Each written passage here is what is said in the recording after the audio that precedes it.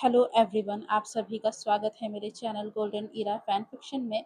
And मैं आप सभी के लिए कर्स्ड फॉरेस्ट का अगला पार्ट लेकर हाजिर हूँ। उम्मीद है आपको सेकंड पार्ट पसंद आया होगा और ये पार्ट भी पसंद आएगा। आप सभी मुझे कमेंट्स करके ज़रूर बताइएगा कि आप सभी को ये स्टोरी कैसी लगी। जो लोग भी न्यू आ रहे हैं ज़रूर से चैनल को सब्सक्राइब कीजिएगा और लाइक भी कीजिएगा।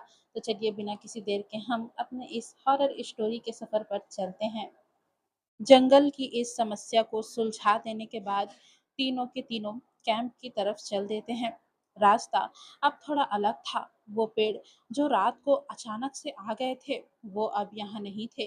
रास्ता बिल्कुल साफ था। फॉरेस्ट बदल गया था। वहीं पेड़, वहीं ऊंचाई और वहीं पत्तियां, लेकिन अब वहाँ डार्कनेस नहीं थी, वहाँ हैवीनेस नहीं थी। श्राप पूरी तरीके से टूट गया था। वैनिंग ने महसूस किया वो डर जो उसके सीने में था वो 4 दिनों से था। वो उसे उन 4 दिनों से महसूस कर पा रहा था। वो कम हुआ है, पूरा नहीं गया। जो देखा था वो याद रहेगा, लेकिन वो क्रशिंग वेट वो उड़ गई थी। उसने ऊपर देखा। आसमान नीला था, सच में नीला। उसकी आंखें ये देखकर भर आई। कैंप वो तीनों कैंप पर वापस आए और निये मिंजू उन्हें देखकर पहले उठा। उसने तीनों को देखा, फिर उसकी नजर वैन निंग पर गई। वैन निंग ने उसे देखा। निये मिंजू का? वैन निंग के मुंह से अपना नाम सुनकर मिंजे आगे आए और उन्होंने कहा, वैन निंग, रैंचिए। निये मिंजू ने ये कहा। एक शब्द उसकी आवाज में सब था। उसका नाम मैंने पढ़ा। उसकी आत्मा वो फ्री हो गई है गगा। निये मिंजू का चेहरा एक पल के लिए टूटा, सिर्फ एक पल के लिए। फिर उसने अपनी आंखें बंद की और गहरी सांस ली और फिर से खोली और कहा, ठीक है। सिर्फ 2 शब्द, सिर्फ 2 शब्द में उसने शायद बहुत कुछ कह दिया था, लेकिन उन 2 शब्द में एक बड़े भाई का दर्द था और एक बड़े भाई की हिम्मत भी। निहसांग उसके पास गया। उसने कुछ नहीं कहा, बस उसने उसका हाथ थाम लिया। निये मिंजू ने अपना हाथ नहीं छुड़ाया। विंग ने सबको सब कुछ बता दिया कि सोर्स टूट गया है और इस फॉरेस्ट का श्राप भी खत्म हो गया है। अब रास्ता है और हम अब वहां से निकल सकते हैं। सच में हम निकल सकते हैं, जियांग चैंग ने कहा, जिस पर विंग ने हाँ में सिर हिलाया। जैसे ही विंग ने हाँ बोला, सब तरफ फिर से साइलेंस हो गया। फिर जियांग यानली ने कहा और उनकी आवाज कांप रही थी। उन्होंने कांपते कांपते बोला, अभी चलते हैं। हमें हमें देर नहीं करनी चाहिए। हाँ दीदी, अभी चलते हैं, विंग ने कहा। सब लोगों ने अपने अपने सामान को पैक किया और साथ ही बाकी के चीजों को भी पैक किया। टेंट्स, सामान और सब कुछ। जाते वक्त निये मिंचू रुका और क्लैरिंग की तरफ देखा, जहाँ रुओजिए का नाम था, जहाँ उसकी आत्मा कैद थी, जहाँ से वो अब फ्री हो गई थी। रेंजिए, निये मिंचू ने दर्द भरे आवाज में कहा, तुम जहाँ भी हो, पीस में हो। मुझे माफ करना, मैं तुम्हें नहीं बचा सका, लेकिन अब तुम फ्री हो। तुम फ्री हो मेरी बहन। इतना कहकर निये मिंजू ने एक बार और उस क्लेयरिंग को देखा और फिर मुड़ गया और आगे बढ़ गया। सब वहां से चलने लगे। फॉरेस्ट से बाहर जो रास्ता आते वक्त था वहीं वापस जाते वक्त भी था। पेड़ों के बीच से रोशनी आ रही थी, वैसी जैसी पहले थी, सुनहरी और नरम। लेकिन अब वो सरकास्टिक नहीं लगती थी, अब वो रियल लगती थी। विंग आगे था, लैन वांग जी उसके बगल में। उनके हाथ आपस में जुड़े हुए थे। लैन वांगजी के हाथ दुख रहे थे, लेकिन विंग का हाथ पकड़ना वांगजी के लिए ज्यादा मायने रखता था, इसलिए उसने टाइटली विंग का हाथ पकड़ रखा था। विंग उसे देख रहा था। तभी विंग ने कहा, तुम्हें हॉस्पिटल जाना होगा। जिस पर वांगजी ने बोला, क्या तुम जाओगे मेरे साथ? तुम जाओगे तभी मैं जाऊंगा। जिस पर विंग ने कहा, हाँ मैं जाऊंगा। विंग वांगजी को देख रहा था, लेकिन वांगजी की नजरें सामने जंगल पर थी, जहां वो लोग चल रहे थे। वांगजी ध्यान से सभी चीजों को देख रहा था। उसे डर था कि कहीं फिर से कोई चीज उन पर हमला ना कर दे, लेकिन वो ये बात किसी को नहीं बता रहा था। तभी विंग ने वांगजी का नाम लिया, लैंसन। वांगजी ने में जवाब दिया। विंग ने थैंक यू कहा, जिस पर वांगजी ने बोला, नहीं, थैंक यू नहीं। जिस पर विंग ने बोला, मैं कह रहा हूं ना, थैंक यू। जिस पर वांग जी ने विंग की तरफ देखा और कहा, विंग। मैंने जो किया वो इसलिए नहीं किया कि तुम मुझे थैंक्स बोलो। जिस पर विंग बोलता है, तो किस लिए किया? लैन वांगजी ने विंग की आंखों में देखा।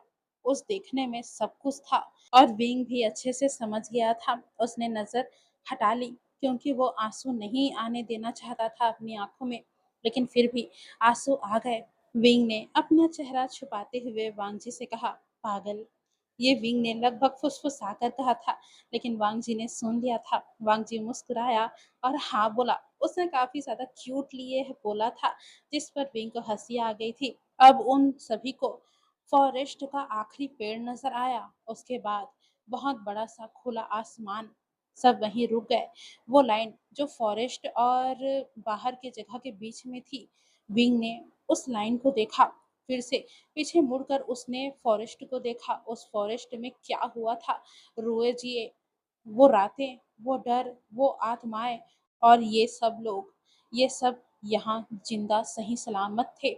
सबको यकीन तो नहीं हो रहा था, लेकिन ये सच था जो उन लोगों ने इन दिनों महसूस किया। ये एक नाइटमेयर से कम नहीं था उनके लिए। पता नहीं ये अपनी जिंदगी में इस चीज को कब भूल पाएंगे, या फिर शायद कभी नहीं भूल पाएंगे। सबने एक गहरी सांस ली और आगे कदम रखा और एक एक कर कर सब उस जंगल से बाहर निकले। आखिर में नियम मिंजू वो फॉरेस्ट के लाइन पर खड़ा हो गया। वो एक पल वहां रुका और उसने रोज ये को याद किया और फिर वो भी उस जंगल से बाहर आ गया। बाहर धूप थी, असली धूप, गर्म और नरम। नीह सैंग ने आसमान की तरफ देखा और अपना पंखा खोल लिया। जियांग यानली की आंखें बंद थी। वो बस धूप को महसूस कर रही थी और जिंजशान उसी के बगल में था। वो चुपचाप यानली की तरफ देखे जा रहा था। वहीं जियांग चैंग ने एक गहरी सांस ली, जैसे वो पहली बार सांस ले रहा हो। दूसरी तरफ मैंग याओ ने सिचैन की तरफ देखा और सिचैन ने भी उसे देखा और मुस्कुराया। पहली बार सिचैन के चेहरे पर एक रियल मुस्कान थी, जिसे देखकर मैंग याओ को भी अच्छा लगा। वही वैन निंग ने आसमान को देखा, जो कि नीला था और साफ था, और वो पहली बार ठीक से रोया, लेकिन चुपचाप रोया। वो नहीं चाहता था कि बाकी के लोग भी उसका रोना सुने। वहीं विंग और लैन वांगजी, विंग ने लैन वांगजी के हाथ को देखा और बोला, हॉस्पिटल अभी। जिस पर वांगजी ने हाँ में सिर हिलाया। वांगजी इधर उधर देख रहा था कि तभी विंग ने उसका नाम लिया, लैनसेन। बोलो विंग, वांगजी ने कहा। विंग ने बोला, मैं तुमसे मैं तुमसे विंग क्या बोलना चाहता था, शायद वांगजी समझ गया था। तभी विंग बोल ही रहा था, मैं तुमसे बहुत, लेकिन वांगजी ने उसे रोक दिया। वांगजी ने बोला, विंग रुको। शब्द नहीं निकल रहे थे। तभी लैन वांगजी ने उसे देखा और विंग ने एक गहरी सांस ली और बोला, तुम जानते हो? जिस पर वांगजी ने बोला, हाँ कहूंगा ठीक से बाद में, विंग ने बोला। जिस पर वांगजी ने बोला, जानता हूँ और इंतजार करूंगा। विंग मुस्कुराया। विंग ने उसे देखा, ये एक इंसान। उसने लैन वांगजी का माथा अपने माथे से लगाया और धीरे से उन दोनों की आंखें बंद हो गई। बाकी सब उन्हें नहीं देख रहे थे, या देख रहे थे और कुछ नहीं बोल रहे थे।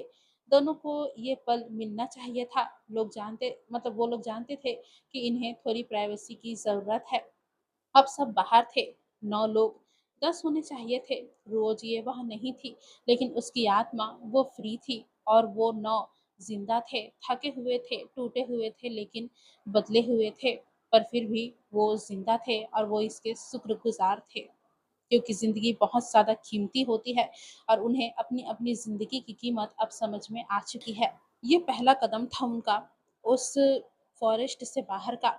जमीन वही थी, मिट्टी, घास, पत्थर, वही जो फॉरेस्ट के अंदर थी, लेकिन ये जमीन अलग लगती थी। यहाँ वो वेट नहीं था, वो डार्कनेस नहीं थी जो सांसों में घुस जाती थी। विंग ने अपने जूते से जमीन को महसूस किया, जैसे कन्फर्म कर रहा हो कि हाँ, ये रियल है और हम बाहर आ गए हैं।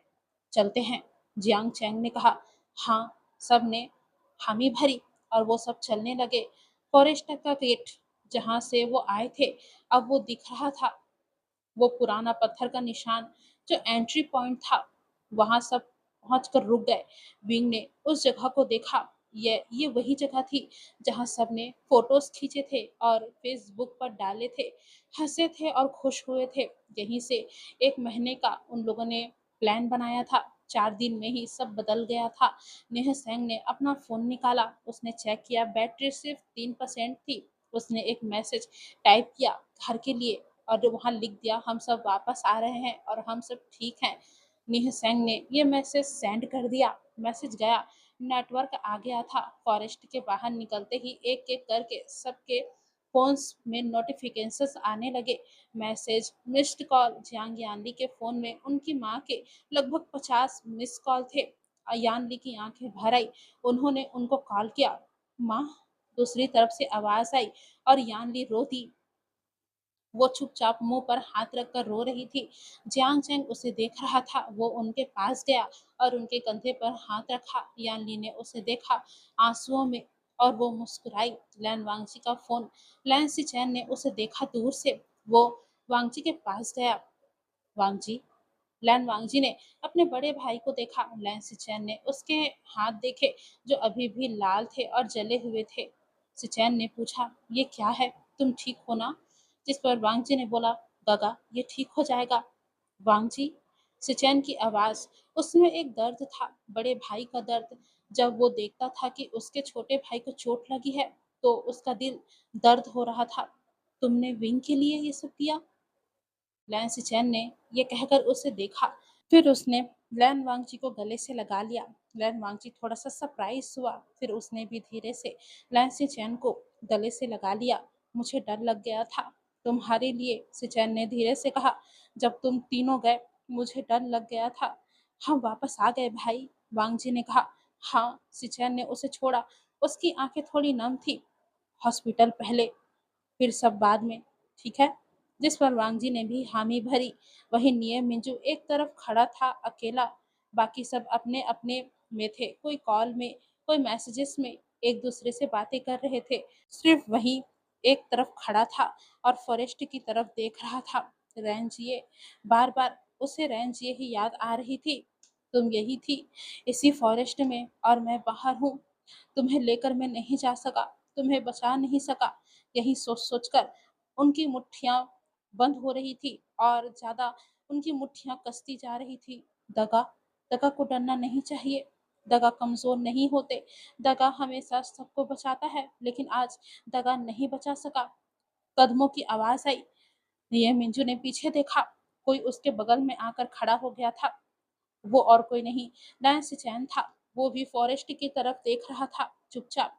निये मिंजू ने उसे देखा। दोनों बस खड़े रहे। एक लंबी चुप्पी उन दोनों के बीच थी। फिर निये मिंजू ने कहा, बहुत धीरे से, इतना धीरे कि सिर्फ लैन्सी चैन ही सुन सके, मैं उसे नहीं बचा सका। लैन्सी चैन ने कुछ नहीं कहा। मैं बड़ा भाई हूँ। बड़े भाई का यही काम होता है, बचाना। और मैं उसे नहीं बचा सका। मैं नहीं कर सका। मैं मैं बड़ा भाई नहीं हूँ, मैं एक अच्छा भाई नहीं हूँ। लैंस चैन ने उसकी तरफ देखा। निये मिंजू का रवैया जो हमेशा से स्ट्रांग था, जो कभी नहीं हार मानता था, कभी किसी चीज से डगमगाता नहीं था, आज वो थोड़ा कांप रहा था, सिर्फ थोड़ा सा ही, लेकिन वो कांप रहा था। लैंस चैन ने कहा बहुत ही ज्यादा शांत आवाज में, तुमने सब किया जो हो सकता था, तुम एक अच्छे भाई हो। सिचेन, ये मिंजू ने सिचेन को आवाज लगाई। मिंजू, सिचेन ने उसका नाम लेकर उसकी तरफ देखा और कहा, तुमने उसे ढूंढा, तुम उस क्लियरिंग में गए जहां वो थी, तुमने उसे जाने नहीं दिया। उस रात जब वो आवाज आई, तुम वहां रहे, तुम नहीं टूटे। जब वो फॉरेस्ट तुम्हें तोड़ना चाहता था, उस वक्त तुम बहुत आसानी से टूट सकते थे, लेकिन तुमने खुद को बनाए रखा। मेरे दोस्त, वो तुम्हारी वजह से नहीं गई है, खुद को दोषी मत दो। डियर मिंजू की सांसें एक पल के लिए रुकी और फिर रैंचिए, इतना कहकर सिचैन रुके और फिर उन्होंने आगे कहा, वो फ्री है, जो सैकड़ों सालों से वहां कैद थे, वो सब फ्री हैं। ये तुम्हारी वजह से भी है। तुमने उन्हें रुकने नहीं दिया। तुम्हारी वजह से ही वो जा पाए। वैन निंग को, विंग को, वांगची को, तुमने उन तीनों को हिम्मत दी। तुमने कैंप को होल्ड किया। तुम्हारे कारण हम सब उस कैंप में सेफ थे। निये मिंजू चुप था, वो सिचेन की बात सुन रहा था। ये बचाना है मिंजू, तुमने हम सबको बचाया है। सिचेन की बात को सुनकर वहाँ पर काफ़ी ज़्यादा शांति हो गई थी। मिंजू भी कुछ नहीं बोल रहा था और सिचैन भी कुछ नहीं बोल रहा था। काफ़ी ज़्यादा लॉन्ग साइलेंस के बाद ये मिंजू ने अपनी आँखें बंद की और एक आँसू, सिर्फ़ एक आँसू उनके आँखों से निकले जो उनके गाल पर थे। उन्होंने तुरंत ही उन आँसुओं को पोंछ लिया और सिचैन को देखा और उन्हें देखकर वो बस कुछ कहना तो चाहते थे, लेकिन वो बोले नहीं। कुछ चीज़ें सिर्फ़ देखी जाती है, बोली नहीं जाती। ये शायद सिचन समझ गए थे। मिंजू की एक नज़र ने ही उन्हें समझा दिया था कि अब यहाँ कुछ बोलने की ज़रूरत नहीं है। चलो, नियम मिंजू ने कहा और आवाज़ उनकी वापस से नॉर्मल लग रही थी, जिस पर सिचैन ने भी हाँ भरी और दोनों मुड़ गए। लेकिन ने जाते वक़्त नियम मिंजू का हाथ एक पल के लिए छुआ, बस सिर्फ़ एक पल के लिए ही, और नियम मिंजू ने अपना हाथ खींचा नहीं। उन्होंने भी इस छुअन को एक्सेप्ट किया। अब हम देखते हैं रास्ते की तरफ, सब वहाँ पैदल चल रहे थे। यहाँ से नियरेस्ट टाउन लगभग 3 घंटे की वॉक पर थी और वो सब चल रहे थे। उनके दिमाग में जो उनके साथ चीज़ें घटी, वो सब चल रही थी। सब अलग-अलग चीज़ें सोच रहे थे। वो दोबारा उस जंगल में नहीं जाना चाहते थे। वापसी का रास्ता खुला हुआ था, पहाड़ी थी, धूप था, सब अपने-अपने मस्ती पे चल रहे थे। विंग और लैन वांगजी आगे थे, विंग चुप था। विंग का चुप रहना लैन वांगजी को अब बहुत अच्छे से पता था, मतलब उसके अंदर बहुत कुछ चल रहा है। बोलो, वांगजी ने धीरे से कहा। क्या? विंग ने पूछा। जो तुम सोच रहे हो, वांगजी ने कहा। विंग ने उसे देखा एक पल के लिए, फिर वो आगे देखने लगा। फिर विंग ने बोला, मैं सोच रहा था कि अगर ये सब नहीं होता, अगर हम वहाँ से नहीं निकल पाते, अगर अगर तुम ये सब कहते वक़्त उसकी आवाज़ थोड़ी रुकी। फिर उसने बोला, लेकिन हम निकले। हाँ, हाँ हम निकले, लेकिन लैंसैन, तुम्हारे साथ तुम्हारे साथ जो हुआ, उन शैडोज़ ने तुम्हारे साथ जो किया, और तुम ऐसा कैसे कर सकते हो वहाँ? क्यों? सच में सच में तुमने ऐसा किया? मुझे बताओ, क्यों? जबकि तुम सेफ रह सकते थे। विंग की बात सुनकर वांगजी ने उसे देखा और कहा, सेफ रहकर करता क्या? जिस पर विंग ने बोला, बेवकूफ कहीं के, जिंदा रहते तुम। जिस पर वांगजी ने बोला, बिना तुम्हारे बिना तुम्हारे मैं जिंदा रहकर क्या करता? तुम्हारे बिना ये जिंदगी मुझे नहीं चाहिए विंग। जैसे ही वांगजी ने ये कहा, विंग थोड़ी देर के लिए रुका और वो लैंसैन को देखने लगा। तभी लैंसैन ने कहा, ये कोई मैं नाटक नहीं कर रहा हूँ, मैं साफ तरीके से बोल रहा हूँ, ये सच है। तुम हो तो मैं हूँ, तुम नहीं तो मैं भी नहीं। तुम्हारे बिना मैं क्या करूँगा? तुम्हारे बिना मैं अपनी ज़िंदगी सोच भी नहीं सकता। लैंसैन की बात को सुनकर विंग की आंखें भर आई, जिस पर विंग ने थोड़ा नाटक करते हुए बोला, यार तुम मुझे रोने पर मजबूर कर देते हो। जिस पर वांगजी मुस्कुराया और बोला, रोना ठीक है। जिस पर विंग ने चिढ़ते हुए बोला, रोना ठीक नहीं है, मैं स्ट्रांग हूँ। जिस पर वांगजी मुस्कुराया और बोला, स्ट्रांग लोग भी रोते हैं। लैंसैन, विंग, क्या? रो लो। विंग ने वांगजी को देखा और वांगजी मुस्कुराया। वो दोनों चल ही रहे थे कि फिर विंग रुक गया।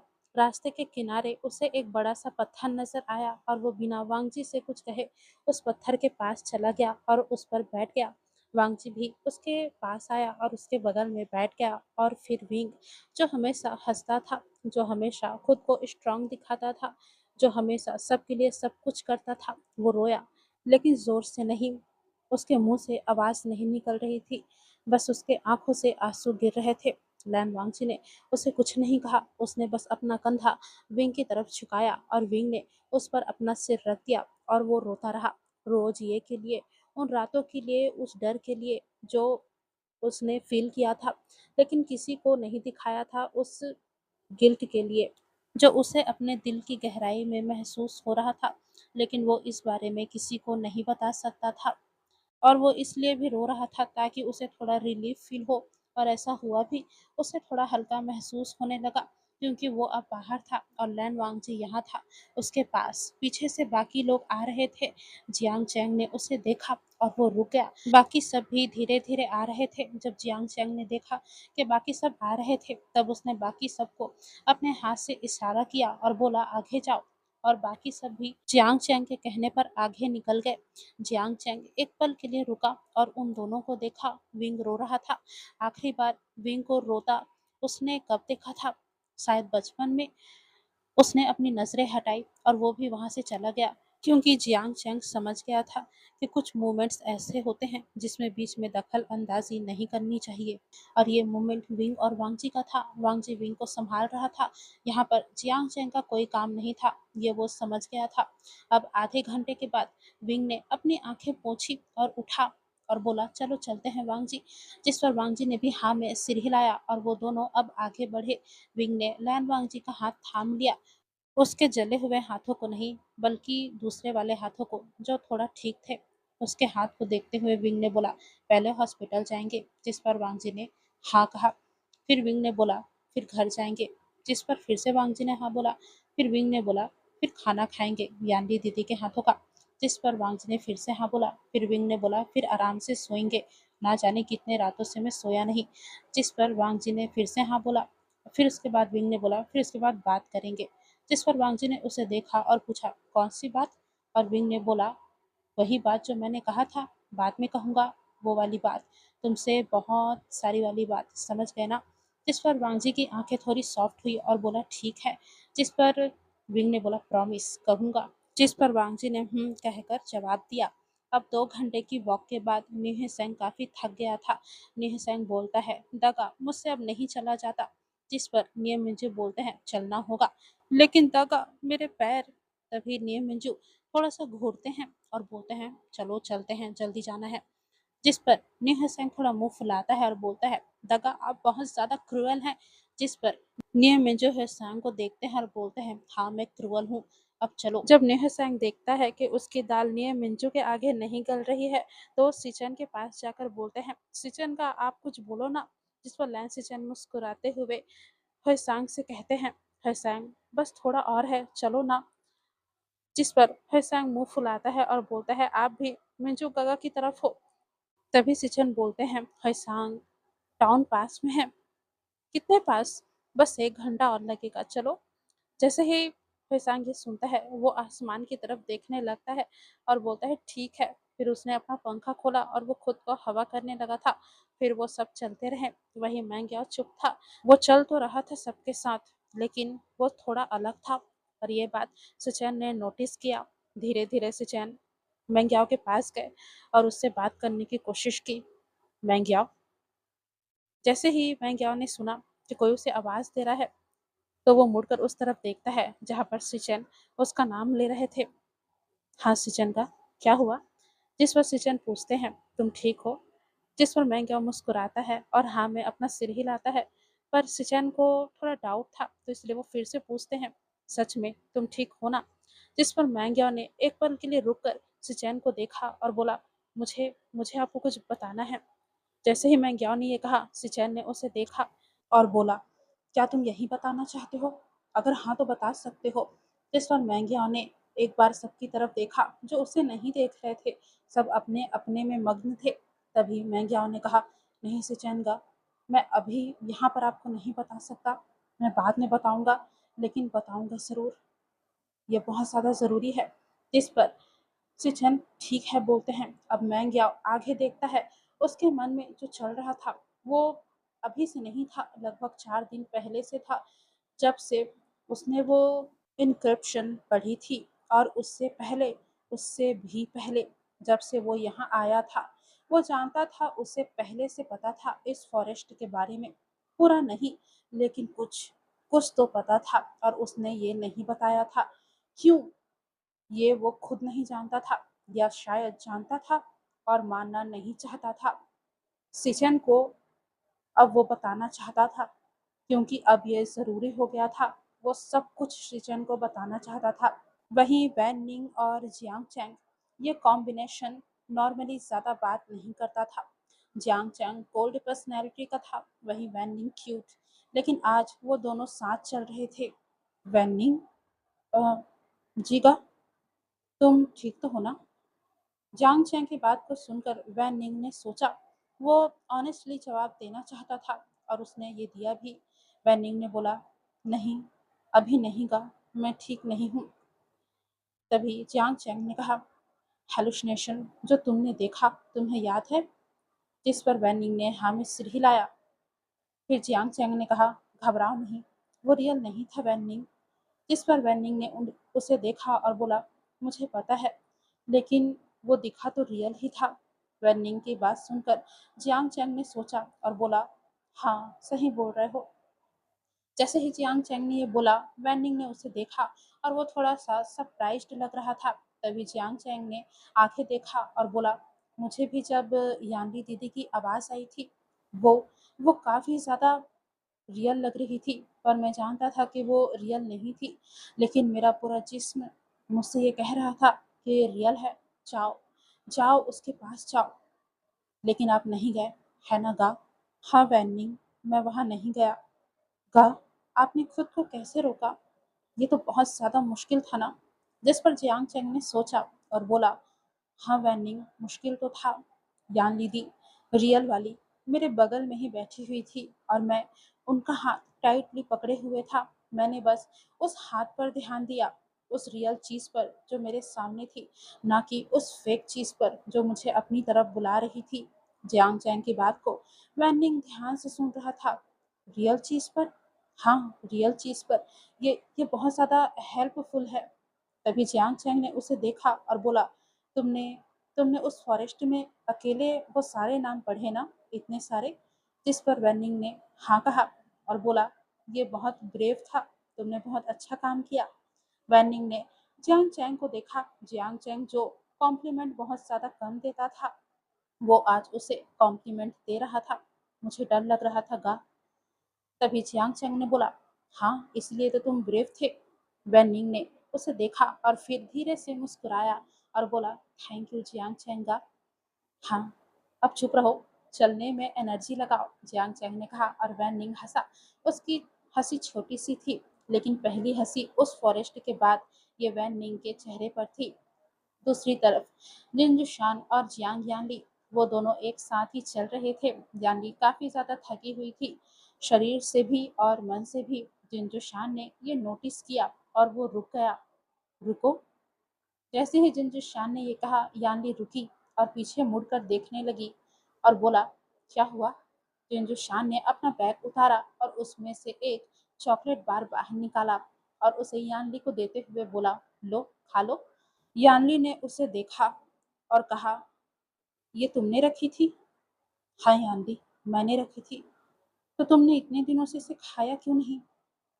वो नहीं खाया। क्यों? क्यों जिशान, तुमने क्यों नहीं खाया? जिनजुशान ने एक पल रुक कर कहा, जैसे वो कुछ डिसाइड कर रहा हो। तुम्हारे लिए रखी थी। यानली ने उसे देखा। मुझे पता था अगर सब ठीक हो गया तो तुम थकी होगी और तुम्हें मीठा बहुत ज़्यादा पसंद है, इसलिए मैंने तुम्हारे लिए ये बचा कर रखा था। ये सुनते ही यान्नी के गले में कुछ अटका। उसे समझ नहीं आया वो क्या बोले। जिंजुशान, तुमने? लो यान्नी, खाओ। यान्नी ने वो चॉकलेट ले ली और एक पीस उस चॉकलेट से खाई। उसकी आंखें भर आई थी। ये बहुत अच्छा है। हाँ, मुझे पता है। या मुझे बहुत भूख लगी है। शायद दोनों यान्नी। यान्नी हंसी। वो रोते रोते हंस रही थी। जिनजुशान ने उसे देखा। ये लड़की जो हर सिचुएशन में सबका ख्याल रखती है, जो कभी नहीं कहती थी कि मुझे भी कुछ चाहिए, आज आज एक चॉकलेट बार पर रो रही थी। और वो इतना हेल्पलेस फील कर रही थी कि कुछ नहीं कर सकती थी। उसने बिना सोचे उसका हाथ थाम लिया। यानली ने नीचे देखा, उन दोनों के जुड़े हुए हाथ को। जिनजुशान ने रियलाइज किया कि उसने क्या किया है और उसने उसने तुरंत हाथ छोड़ने का फैसला किया। वो हाथ छोड़ने ही वाला था कि यानली ने उसका हाथ पकड़ लिया और कहा, मत छोड़ो। जिनजुशान ने उसकी तरफ देखा। यानली आगे देख रही थी और चल भी रही थी। यानली ने कहा, चलते हैं। जिनजुशान भी मुस्कुराया और वो भी आगे देख रहा था। दोनों चलने लगे थे। उनके हाथ आपस में जुड़े हुए थे और आखिरकार उन्हें कुछ समय के बाद टाउन नजर आया। एक छोटा सा पहाड़ी टाउन। दुकानें थी वहाँ, लोग थे और सुविधाएं भी थी। इतनी नॉर्मल चीज़ें जो पहले नॉर्मल लगती थी, आज जैसे सबसे ज़्यादा खूबसूरत उन्हें लग रही थी। नेहा सैंग ने एक दुकान देखी कोल्ड ड्रिंक की। "दादा, वो देखिए!" और वो दौड़ पड़ा। नी मिंजू ने उसे देखा पहली बार। उस 4 दिनों में पहली बार नी मिंजू के चेहरे पर कुछ आया, बहुत छोटा-सा, बहुत हल्का-सा, लेकिन ये था एक खूबसूरत-सा स्माइल। और ये इस्माइल की शुरुआत थी। नैन्सी चैन ने ये देखा और उसने कुछ नहीं कहा, वो बस देखता रहा और उसका दिल थोड़ा-सा हल्का हुआ। अब हम हॉस्पिटल का सीन देखते हैं। टाउन में एक छोटा-सा क्लिनिक था। लैन वांगची के हाथों पर बैंडेज लगी हुई थी। डॉक्टर ने उसे देखा और सीरियस फेस के साथ कहा, "ये काफ़ी बुरी तरीके से जले हुए हैं। मिस्टर, ये सब कैसे हुआ आपके साथ?" लैन वांगची ने एक पल सोचा और बोला, "डॉक्टर, मैं गिर गया था कैंप फायर के पास।" डॉक्टर ने वांगजी को देखा। उसे वांगजी के बात पर यकीन नहीं था, लेकिन उसने कुछ नहीं कहा।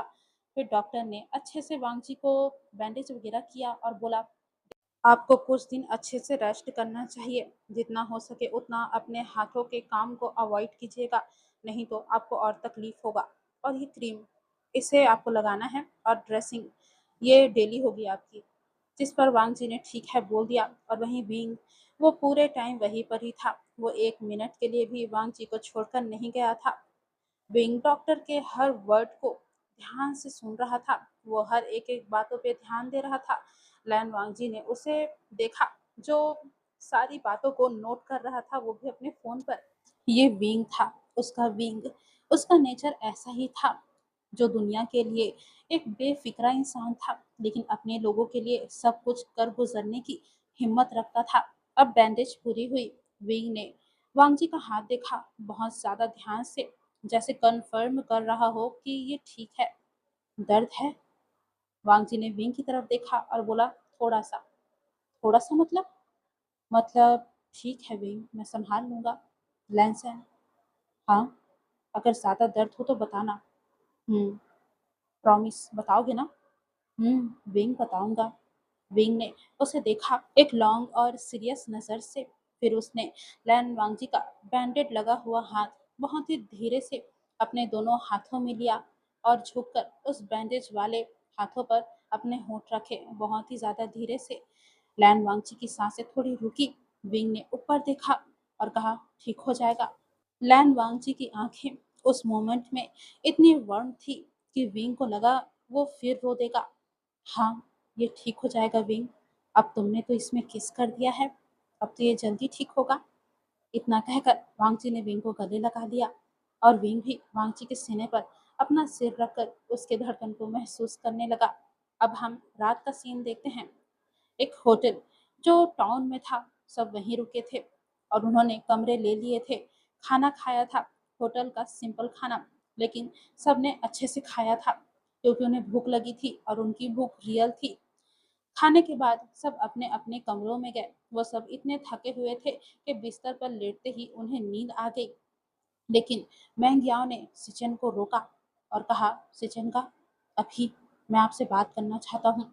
सिचेन ने उसे देखा और हाँ में सिर हिलाया। वो दोनों होटल के कॉरिडोर में बैठ गए। मैंग्याओ ने एक लंबी सांस ली और कहा, "मुझे इस फॉरेस्ट के बारे में पहले से पता था।" सिचन ने उसे देखा और कहा, "कितना पता था?" "पूरा नहीं, लेकिन उस इंस्क्रिप्शन से ज़्यादा।" जैसे ही मैंग्याओ ने ये कहा, उन दोनों के बीच में साइलेंस हो गया। फिर इसके बाद मैंग्याओ ने बोला, मेरे मेरे फादर, जिन गोंगयाओ, इस नाम को लेने में उसे हमेशा तकलीफ होती थी। फिर मैंग्याओ ने बोला, उनकी एक एक स्टडी थी पुरानी जगहों की, कर्स्ड प्लेस की। मैंने बचपन में ये देखी थी उनकी लाइब्रेरी में, और उसमें सैनमो फॉरेस्ट भी था। क्या? सिचैन ने चौंकते हुए कहा, तुमने हमें बताया क्यों नहीं? सिचन की बात को सुनकर मैं ग्यो चुप रहा। उन दोनों के बीच एक लंबी चुप्पी रही। फिर उसके बाद मैं ग्यो ने ऑनेस्टली जवाब दिया और बोला, क्योंकि मुझे लगा शायद मैं गलत हूँ, शायद ये वही फॉरेस्ट नहीं है। इतना कहकर वो रुका, लेकिन उसका एक हिस्सा जो बहुत छोटा सा था, वो एक्साइटेड था। वो लाइब्रेरी में जो था, उसे वो रियल देखना चाहता था, और उसने वाकई में वो रियल देखा। मैंग याओ की बातों को सुनकर सिचेन ने उसकी तरफ देखा। सिचेनगा, मुझे पता है ये गलत था। रोज ये उनके साथ जो कुछ भी हुआ मैंने सोचा नहीं था।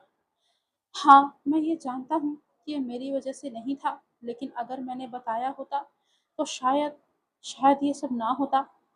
इतना कहकर मैंग याओ ने ऊपर देखा। सिचेन की आंखों में, जिस आंखों में गुस्सा था और निराशा भी था, लेकिन रिजेक्शन नहीं था। मुझ पर गुस्सा हो? मैंग याओ ने पूछा। हाँ, मैं तुम पर गुस्सा हूँ। जिस पर मैंग याओ ने बोला, ठीक है, आप गुस्सा हो सकते हो। तभी सिचेन ने कहा, मैं तुम्हें समझता भी हूँ। दोनों एक साथ, यानी कि सिचेन के आंखों में गुस्सा भी था और समझना भी था। मैंग याओ ने उसे देखा। ये कैसे पॉसिबल है? जिस पर सिचेन ने बोला, क्योंकि तुम कॉम्प्लिकेटेड हो मैंग याओ, और मैं तुम्हें पूरा जानना चाहता हूँ। सिचेन ने कहा, सिर्फ वो हिस्सा नहीं जो तुम दिखाते हो, बल्कि वो हिस्सा भी जो तुम नहीं दिखा पाते। ये सुनकर मैंग याओ की आंखें थोड़ी इधर उधर हुई। उसे उसे कोई पूरा जानना चाहता था। उसे जो हमेशा उस हिस्से को दिखाता था जो वो दिखाना चाहता था, उस हिस्से को नहीं जो हमेशा कैलकुलेटेड था। सिचेनगा, मैं भी कुछ नहीं बता पाऊंगा। हम इस बारे में बाद में बात करेंगे। अभी हमें सोना चाहिए। मैंग्या उठने लगा। तभी सिचेन ने उसका हाथ पकड़ा और बोला, लेकिन मैंग्याओ ने सिचेन की तरफ देखा और सिचेन ने बोला, अगली बार जरूर बताना, चाहे कुछ भी हो, मुझे बताना, मैं सुनूंगा।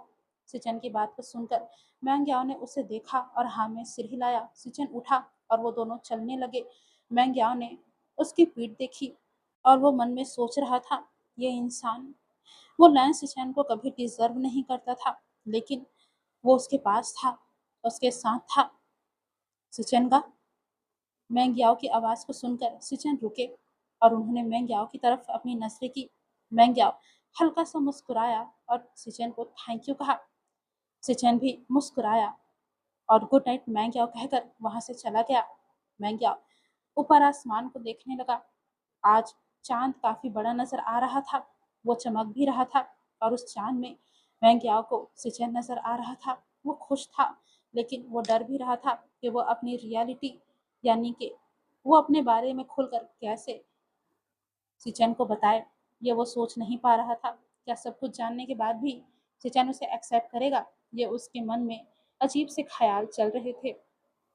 अब हम दूसरी तरफ विंग और लैन वांगजी का कमरा देखते हैं।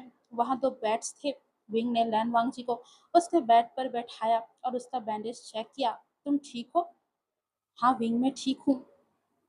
इतना कहकर विंग ने उसके हाथों पर अच्छे से क्रीम लगाई और फिर से उसे बैंडेज कर दिया और बोला, क्या तुम्हें दर्द हो रहा है?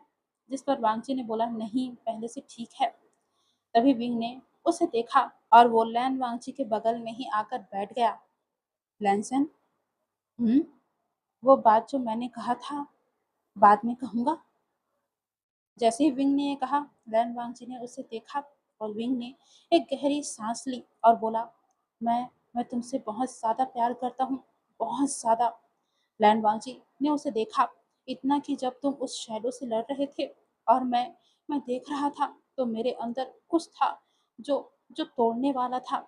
ये सब कहते वक्त विंग की आवाज कांप रही थी और मुझे तब रियलाइज हुआ कि ये फीलिंग्स जो है, ये सबसे बड़ी है, बाकी सबसे बड़ी।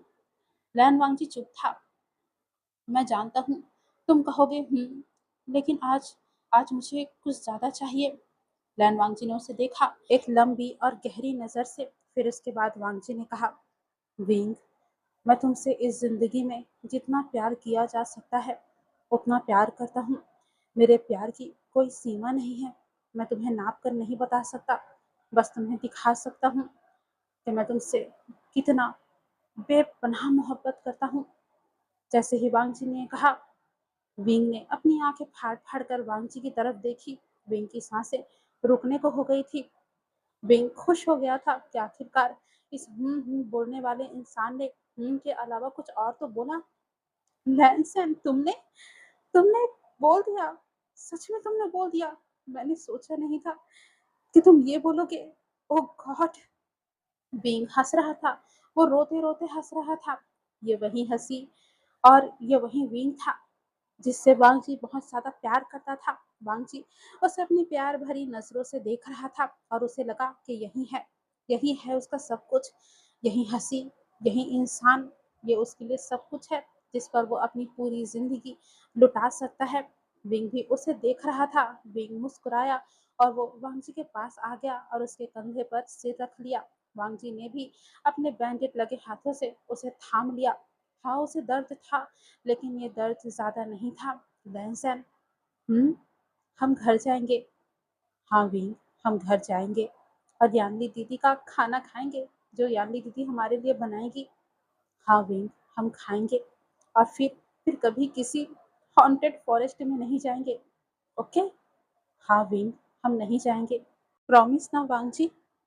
Wing, promise. और विंग ने रुक कर कहा, और तुम मेरे साथ रहोगे ना? लैन वांगची ने उसे एक पल देखा और बोला, हाँ, मैं हमेशा तुम्हारे साथ रहूंगा। विंग ने अपनी आंखें बंद कर ली। हमेशा, ये एक शब्द, इसमें सब कुछ था।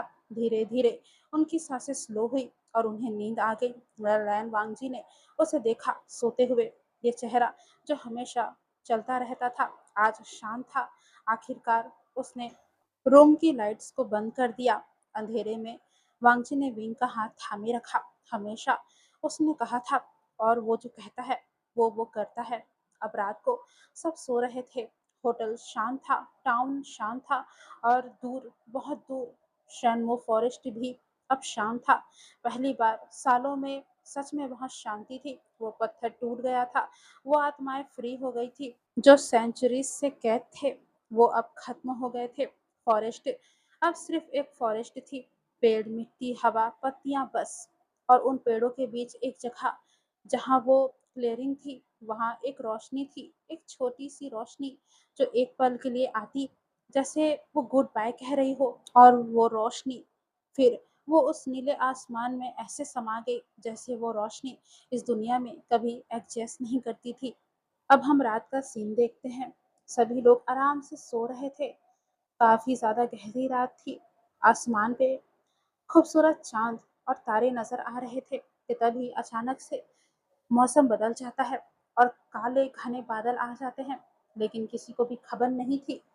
फिर जोरों से बिजलियां कड़कने लगती है, लेकिन फिर भी सब गहरी नींद में सोए हुए थे। वहीं वांगजी, जिसके पूरे शरीर में पसीना पसीना था, वो इधर उधर मचल रहा था। वांगजी किसी सपने में था।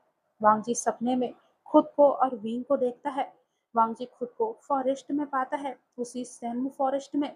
वो देखता है कि विंग एक पेड़ के पीछे से उसे देखकर मुस्कुरा रहा है और वो उसे खुद को पकड़ने के लिए बोल रहा है। और वांगची भी उसके पीछे पीछे भाग रहा है और वो उसे पकड़ने की कोशिश कर रहा है। एक जगह पर वांगची विंग को पकड़ भी लेता है। विंग छूटने की कोशिश करता है, लेकिन वांगजी उसे छोड़ता नहीं। तभी विंग अपने दोनों बाहें वांगजी के गले में डालकर उसे किस करने लगता है और वांगजी भी उसकी किस का जवाब देने लगता है। धीरे धीरे विंग अपने साथ साथ वांगजी को उस फॉरेस्ट की जमीन में लेटाने लगता है। विंग नीचे था और वांगजी ऊपर। विंग धीरे धीरे अपने और वांगची के कपड़ों को निकाल रहा था और वांगची पूरी तरीके से मदहोश होकर विंग को किसेस कर रहा था। तभी वांगची विंग के साथ इंटीमेट होने लगता है और विंग जोर जोर से चिल्लाने लगता है और वो वांगची को और भी ज्यादा फास्ट करने के लिए बोलता जाता है और वांगची वैसे ही करे जा रहा था। वांगची बिना रुके विंग को हिट करने लगता है। कुछ समय के बाद वांगजी को महसूस होता है कि किसी ने उसे पीछे से गले लगाया है। वांगजी मुड़कर देखता है तो उसे वहां कुछ भी नजर नहीं आता। फिर वो जब वापस से पलटता है तो उसकी आंखें फटी की फटी रह जाती है। वहां पर विंग नहीं था, बल्कि एक ब्लैक कलर का पुराना पत्थर था जो बिल्कुल इंसान के शरीर की तरह था। और वांगजी उसी के साथ इंटीमेट हो रहा था। वांगजी जल्दी से अपने लोअर पार्ट को उस जगह से निकालता है तो वांगजी देखता है कि उस जगह से ढेर सारे कीड़े निकलने लगते हैं और वो उस पूरे पत्थर पर फैल जाते हैं। फिर उस पत्थर से जोर से चिल्लाने की आवाज आती है और वांगजी पीछे गिर जाता है। वांगजी अपनी डरी हुई आंखों से उस पत्थर को देख रहा था। फिर देखते ही देखते क्योंकि वो पत्थर बिल्कुल इंसान के बॉडी की तरह था, तो उस पत्थर के मुँह से ढेर सारा ब्लड आने लगता है, जो कि ब्लैक कलर का था। ये देखकर वांग जी बहुत डर जाता है कि तभी वांग जी को फिर से महसूस होता है कि पीछे से उसे किसी ने गले लगाया है। वांग जी घबराते हुए पीछे मुड़कर देखता है, तो उसके पीछे इस बार वाक़ई में विंग था, लेकिन विंग बहुत ही ज़्यादा डरावना लग रहा था। विंग बिल्कुल नेकेड था, लेकिन उसकी बॉडी पर ढेर सारे कीड़े लगे हुए थे। वांग जी घबरा जाता है, लेकिन विंग मुस्कुराता है और वो वांग जी का गर्दन पकड़कर उसे मोड़ देता है, और जैसे ये होता है वांग जी घबरा कर अपने सपने से उठ जाता है और वांग जी इधर-उधर देखने लगता है कि वांग जी को महसूस होता है कि इस कमरे में कुछ है।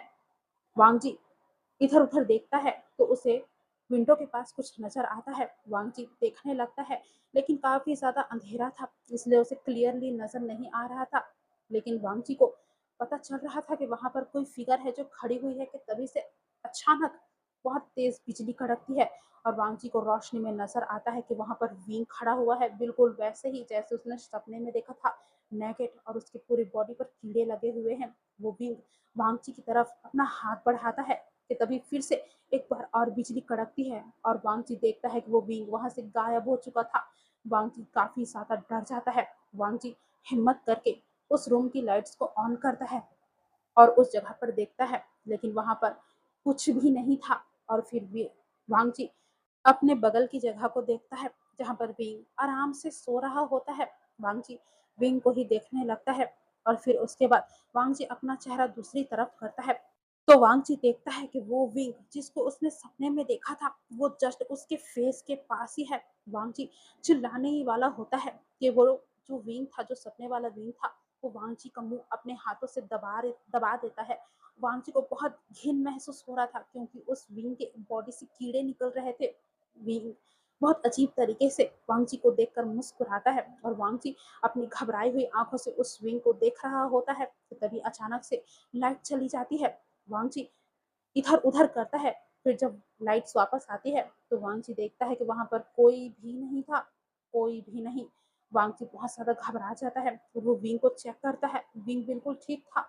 वांग जी उठकर पूरे रूम को चेक करता है, लेकिन वहाँ पर ऐसा कुछ भी नहीं था कि तभी वांग जी को अपना नाम सुनाई देता है। कोई ज़ोर-ज़ोर से उसका नाम पुकार रहा था। वांग जी को समझ में नहीं आता कि तभी अचानक से वांग जी की नींद खुल जाती है और वो इधर-उधर देखने लगता है घबराकर, कि तभी विंग उसे संभालता है और बोलता है, "लैनसन, क्या हो गया? लैनसन?" वांग जी काफ़ी घबराया हुआ था और उसके पूरे शरीर पर पसीना था। वांग जी थोड़ा शांत होता है और वो विंग को देखता है। वो विंग से पूछता है कि आखिर क्या हुआ है? तभी विंग उसे बताता है कि तुम अचानक से चिल्ला रहे थे, तुम्हें तुम्हें अजीब सा लग रहा था, तुम इधर उधर झटपटा रहे थे, मैंने तुम्हें कितनी आवाज दी, लेकिन तुम उठ नहीं रहे थे, तो मुझे तुम्हारे ऊपर पानी डालना पड़ा, तुम ठीक हो ना? इतना कहकर विंग वांगची को देखने लगता है। तभी वांगची को रियलाइज होता है कि ये एक सपना था। उसे समझ में नहीं आया कि ये कैसा सपना था। वांग जी घबराई आंखों से विंग को देख रहा था।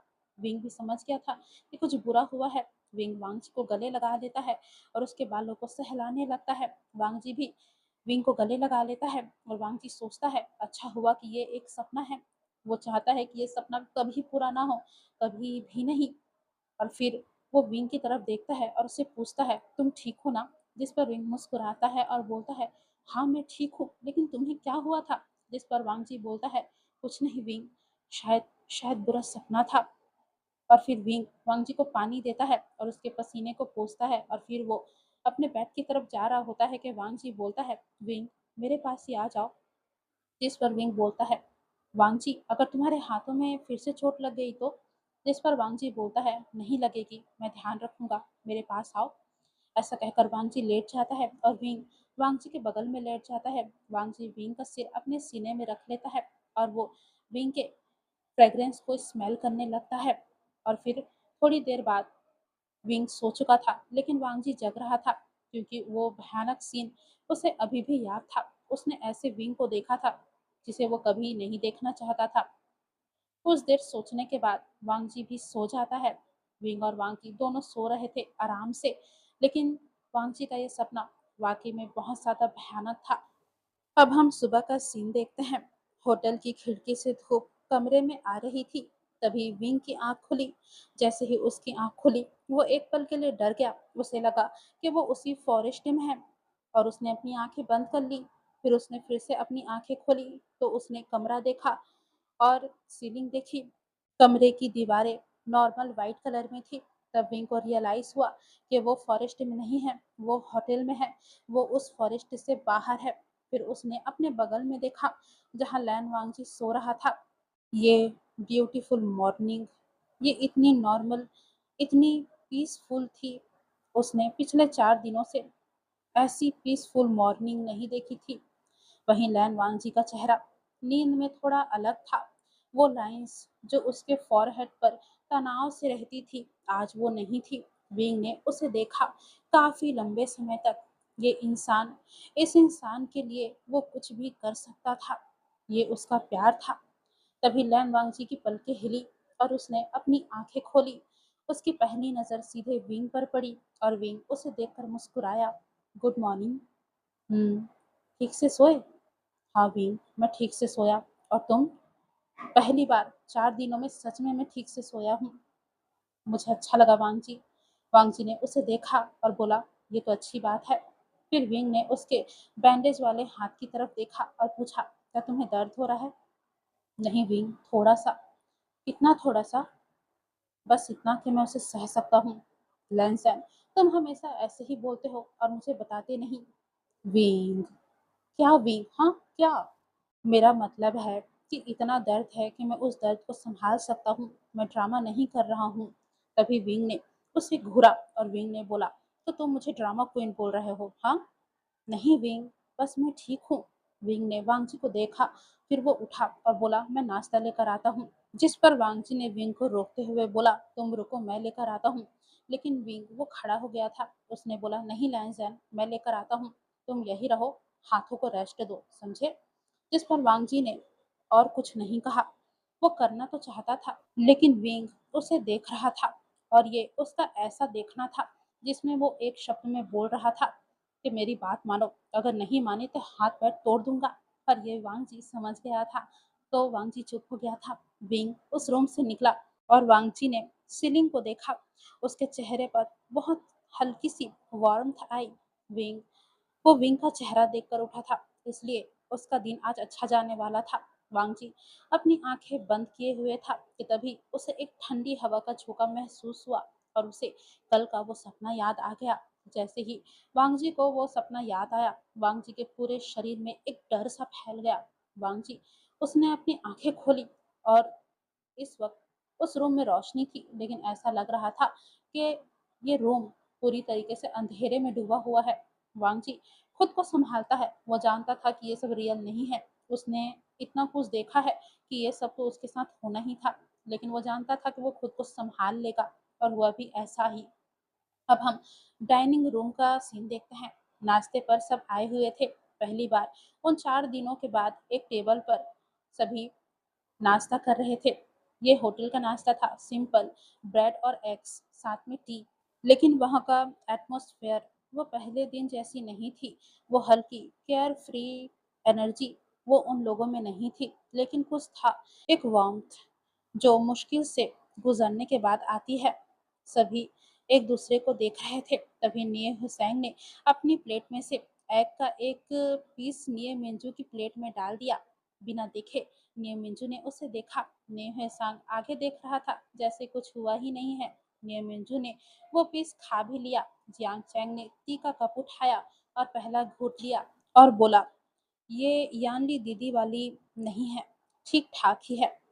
ये होटल की है, यानली ने कहा। पता है दी, बस मैं कह रहा था। यानली ने उसे देखा और बोला, कोई बात नहीं, घर पहुंचकर मैं तुम्हारे लिए बनाऊंगी, तुम जितनी बार बोलोगे उतनी बार। इस पर जियांग चैंग ने हाँ में सिर हिलाया। जिंजन शान ने यानली को देखा। यानली की आंखों में एक थकान थी जो रात को सोने से नहीं जाती, जो वक्त लगते जाती है। उसने कुछ नहीं कहा, बस उसने कप में थोड़ी और टी डाल दी। यानली ने उसे देखा और थैंक यू बोला। जिन जोशान ने अपना सिर हिलाया और जियांग चैंग ने ये देखा, लेकिन उसने उन दोनों को इग्नोर किया और वो अपने नूडल्स खाने में ध्यान दे रहा था। एक्चुअली जिन जोशान बुरा नहीं था, शायद ये जियांग चैंग को लगता था वो दी के साथ बहुत अच्छा था, वो उसका ध्यान रखता था। वहीं वैन निंग ने ब्रेकफास्ट कम खाया। वैंग याओ ने ये नोटिस किया। तुम ठीक हो वैन निंग? हाँ, बस भूख नहीं है। इस पर मैंग्याओ ने बोला, तुम्हें खाना चाहिए। जानता हूँगा, पर मुझे भूख नहीं है। मैंग्याओ ने उसके प्लेट की तरफ देखा और एक टोस्ट और रख दिया और बोला, लो इसे खाओ। मैंग्याओ, मुझे भूख नहीं है। वैनिंग, तुमने कल उस क्लियरिंग में जो किया, इसके बाद तुम्हें एनर्जी चाहिए, इसलिए तुम्हें ये खाना चाहिए, कोशिश करो। मैंग्याओ ने ये कहकर मुस्कुराया। वैनिंग ने उसे देखा। मैंग्याओ की आंखें, जो हमेशा थोड़ी अलग लगती थी, ये बोले कि उसमें काफी सारे सीक्रेट्स होते थे, आज वो थोड़ी अलग लग रही थी। वैनिंग उसकी आंखों में अपने लिए केयर और प्यार देख पा रहा था। तभी वैनिंग ने टोस्ट उठाया और उसे खाया। Thank you मैंग्याओ। वैनिंग, अच्छे से खाओ, तुम्हें ज़रूरत है इन सब की। और फिर वो दोनों अपना अपना नाश्ता करने लगे। वहीं सिचन ने होटल के मेंबर्स से बात करके अब उन सबके लिए कैब मंगवा ली थी। कैब आई, यानी कि कैब बुक की गई और टाउन से 2 गाड़ियाँ शहर तक के लिए उन लोगों ने बुक कर ली थी। अब उसमें सामान लोड हुआ। जाने से पहले सब एक पल के लिए रुके। ये आखिरी पल था इस टाउन में, इस सफ़र में। विंग ने सबको देखा एक-एक करके। मिंजू, जो टूटा था लेकिन अभी भी खड़ा हुआ था। नेहसांग, जो डरा था लेकिन रुका हुआ था। सिचन, जो हमेशा काम रहते थे और सभी को संभालते थे। वहीं मैंग्याओ, जो थोड़ा कॉम्प्लिकेटेड था लेकिन वो उनके साथ था। वहीं जियांग चैंग, जो गुस्से में था लेकिन वो उनके साथ था। यान ली, जो सबका ख्याल रखती रही। और जिन जुशान, जो स्लोली अब बाकी सबके साथ खुल रहा था। वैन निंग, जो सबसे ज्यादा डरता था लेकिन आज वो सबसे ज्यादा ब्रेव था। और लैन वांगजी, जो उसका था। और विंग ने कुछ नहीं कहा, एक शब्द भी नहीं। बस उसने सबको देखा और उसे लगा ये लोग, यही सब यही सब कुछ था उनके लिए। अब सभी गाड़ी में बैठे। विंग खिड़की के पास था और लैंड वांगजी उसके बगल में। शहर दूर था। 3 घंटे, लगभग 3 घंटे लगने वाले थे उनको पहुंचने में। विंग ने खिड़की से बाहर देखा, पहाड़, हरियाली और नीला आसमान। लैंसन, हम्म, यूनिवर्सिटी खुलने में अभी 2 हफ्ते हैं ना? हाँ विंग, उन 2 हफ्तों में तुम्हारे घर रहना है मुझे, क्या मैं आ जाऊं? वांगजी ने उसे देखा और बोला, हाँ ठीक है, आ जाओ। लेकिन अंकल ग्रैंड गुस्सा तो नहीं होंगे ना? इस पर वांगजी ने बोला, होंगे। फिर भी आ जाऊं? हाँ आ जाओ विंग, मैं संभाल लूंगा। इस पर विंग हंसा। तुम कब से इतने हम्म तुम कब से इतने मेरे लिए सॉफ्ट हार्टेड हो गए? जिस पर वांगजी ने बोला, हमेशा से था, बस तुम देखते नहीं थे। जिस पर विंग ने बोला, मैं देखता था, समझे? जिस पर वांगजी मुस्कुराया और विंग ने बोला, नहीं, पहले तुम बहुत रूल फॉलो करते थे ना? जिस पर वांगजी ने बोला, अभी भी करता हूँ, लेकिन मेरे लिए तोड़ते हो, सच कहा ना? जिस पर वांगजी, उसने एक पल सोचा और बोला, रूल्स लोगों से बड़े नहीं होते। विंग ने वांगजी को देखा। लैन वांगजी, तुमने ये कहा, मुझे यकीन नहीं आता। जिस पर वांगजी ने बोला, हाँ विंग, मैंने ये कहा, रूल्स लोगों से बड़े नहीं होते। और मेरे घर में चाहे कितने भी रूल्स हो, वो तुमसे बढ़कर नहीं है। विंग मुस्कुराया। लैन फैमिली का बच्चा रूल्स बड़े नहीं होते कह रहा है, यकीन नहीं आता। हाँ विंग, मैं कह रहा हूँ, तुमसे बढ़कर नहीं है। विंग ने उसे देखा। ये इंसान, ये प्यारा सा उसका हमसफर, उसके लिए सब कुछ बदल सकता है। विंग को ये पता था। उसकी आंखें भर आई। वांगजी अपना हाथ विंग की तरफ करता है उसके आंसुओं को पोंछने के लिए। तभी विंग कहता है, लैंसन, मुझे रोने पर मत रोको। मैंने कुछ नहीं किया विंग, फिर तुम क्यों रो रहे हो? तुमने किया है वांगजी, तुम बस टेक्स्ट करते हो और मुझे रोना आता है। लैन वांगजी ने उसे देखा। वो 1 मिनट के लिए चुप सा हो गया था, उसे समझ नहीं आया कि वो क्या बोले। फिर वांगजी ने बोला, सॉरी, सॉरी विंग, सॉरी मत कहो, मुझे अच्छा लगता है लेकिन पब्लिक में रोना एम्बैरेसिंग होता है। तुम गाड़ी में हो, वांगजी ने उसे याद दिलाया। और वांगजी ने बोला, जियांग चैंग तुम्हें देख रहा होगा। तभी विंग ने बोला, वो नहीं देख रहा है, वो सो रहा है। विंग ने पीछे मुड़कर देखा और जियांग चैंग सच में सो रहा था, उसका सिर विंडो पर टिका हुआ था। विंग हंसा और बोला, ठीक है तो रो सकता हूँ ना? जिस पर वांगजी ने हाँ में सिर हिलाया और विंग ने वांगजी के कंधे पर सिर रखा और अपनी आंखें बंद कर ली। उसके आंखों से आंसू गिरने लगे, लेकिन ये आंसू बुरे नहीं थे, बल्कि रिलीफ के थे। सब कुछ का था। लैन वांगजी ने उसका हाथ थामा। गाड़ी चलती रही। 3 घंटे के बाद वो सब शहर में पहुंच गए थे। ट्रैफिक, बिल्डिंग्स और नॉइस, इतना नॉर्मल, इतना लाउड, इतना रियल। नेहा सेंग ने खिड़की से बाहर देखा। हम हम हम सच में वापस आ गए। हाँ, नियर मिंजो ने कहा। हाँ, हाँ, ये रियल है नेहा सेंग। नेहा सेंग मुस्कुराया और उसने एक गहरी सांस ली। उसने अपना पंखा खोला और खुद को हवा करने लगा। शहर की गर्मी, पोल्यूशन और नॉइस, पहले वो ये सब पसंद नहीं करता था, लेकिन आज आज ये सब उसे अच्छा लग रहा था। अब हम अपना अगला सीन देखते हैं। जियांग सिबलिंग्स, उनके घर का सीन। उनके घर के पास गाड़ी रुकी। जियांग यान ली और जियांग चैंग गाड़ी से नीचे उतरे। विंग भी उतरा और वो रुक गया। यानली ने ये देखा कि विंग रुक गया है, तो वो उसके पास आई और उसने उसे गले से लगा लिया और बोला, घर आओगे? ये यानली ने प्यार से पूछा था। तभी विंग ने बोला, लैनसैन के घर में 2 हफ्ते तक रुकने वाला हूँ, फिर उसके बाद आ जाऊंगा दी। जिस पर यानली ने बोला, हाँ जरूर। यानली ने उसे और कसकर गले से लगा लिया और बोला, तुम ठीक हो ना सच में? जिस पर विंग ने एक पल सोचा और बोला, नहीं, अभी नहीं, लेकिन मैं ठीक हो जाऊंगा दी। यानली ने उसे देखा, वही आंखें जो बचपन से उसे पड़ती थी। और यानली ने मुस्कुराकर कहा, मुझे यकीन है कि तुम ठीक हो जाओगे। इतना कहकर यान्नी ने उसे छोड़ा। जियांग चैंग वहीं खड़ा था। विंग उसके पास गया। जियांग चैंग, क्या है? तू ठीक तो है ना? जिस पर जियांग चैंग ने उसे देखा और बोला, हाँ मैं ठीक हूँ। तब विंग ने मुस्कुराया और बोला, तू अच्छा भाई है। जियांग चैंग थोड़ा सा रुका, फिर उसने बोला, तू ठीक है? जिस पर विंग चुप रहा और बोला, तू सुनता नहीं है मेरी। जिस पर विंग ने उसे देखा और बोला, मैं सुनता हूँ तेरी, समझा? जिस पर जियांग चैंग ने बोला, दिख रहा है तू किसकी सुनता है। फिर विंग ने उसे देखा। जियांग चैंग जो कभी उसे कॉम्प्लीमेंट नहीं देता था, जो हमेशा एंगर में रहता था, आज वो बस कह रहा है, तू ठीक है ना? विंग ने उसे गले से लगा लिया और जियांग चैंग ने भी पहली बार उसके लिए अपनी बाहें खोल दी और उसने भी विंग को कसकर गले लगाया। तू वापस आया, जियांग चैंग ने कहा, बहुत ही ज्यादा धीरे से। हाँ, मैं वापस आया, लैन वांगची की वजह से। हाँ, और अपनी वजह से भी। हाँ, मुझे पता है। दोनों अलग हुए। जियांग चैंग ने अपनी नजर हटाई और बोला, लैन वांगजी का ख्याल रख, उसके हाथ में प्रॉब्लम है ना? मिस्टर विंग मुस्कुराया और बोला, मैं रखूंगा, और खुद का भी ध्यान रखना, समझे? ठीक है जियांग चैंग। जियांग चैंग सुन।